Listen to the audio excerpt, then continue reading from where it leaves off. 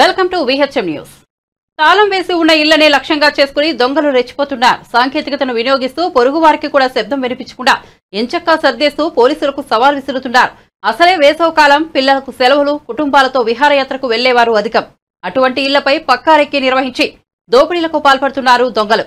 శ్రీకాకుళం జిల్లా పలాస కాశీబుగ్గ మున్సిపాలిటీలోని రోటరీ నగర్లో గురువారం రాత్రి ఈ తరహా ఘటన చోటు చేసుకుంది. ఎన్ఆర్జీఎస్ విభాగంలో టెక్నికల్ అసిస్టెంట్ గా విధులు నిర్వహిస్తున్న చాప అలివేని ఇంట్లో దొంగలు పడి విలువైన బంగారు, వెండి, వజ్రాభరణాలను దోచుకువెళ్లారు. గురువారం తన విధుల్లో భాగంగా నందిగామ మండలం హరిదాస్పురం గ్రామంలోని తన స్వస్థలానికి అలివేని చేరుకుని రాత్రి అక్కడే బస చేశారు.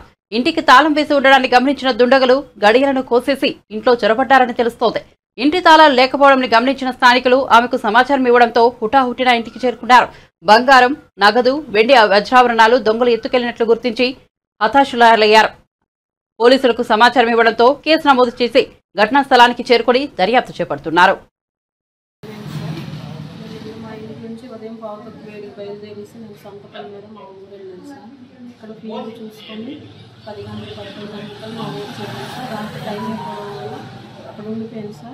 మార్నింగ్ వచ్చేసరికి ఆ ఎదురు ఫోన్ వచ్చింది సార్, ఇంట్లో తలుపులు తీసుకుంటాను.